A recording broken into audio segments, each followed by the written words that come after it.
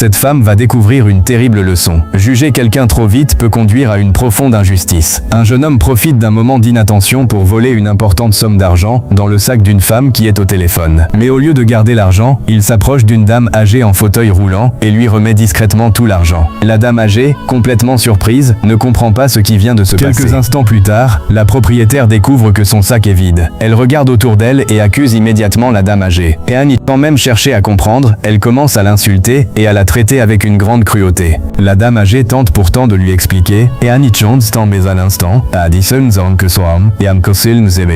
mais la femme refuse de l'écouter. Elle lui rend finalement l'argent, mais cela ne suffit pas à calmer sa colère.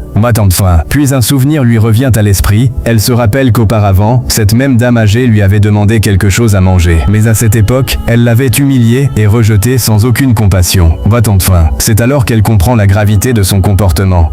Elle réalise qu'elle vient de faire subir à cette dame la même cruauté qu'elle lui avait elle-même infligée auparavant. La honte et les regrets commencent à l'envahir. Elle comprend enfin qu'on ne doit jamais juger une personne à cause de son apparence, de sa situation ou de sa vulnérabilité. La dame âgée, malgré tout ce qu'elle vient de subir, reste honnête et choisit de rendre l'argent. La femme tente alors de lui donner de l'argent pour se faire pardonner. Mais la dame âgée refuse, parce qu'un simple billet ne peut pas effacer le manque de respect.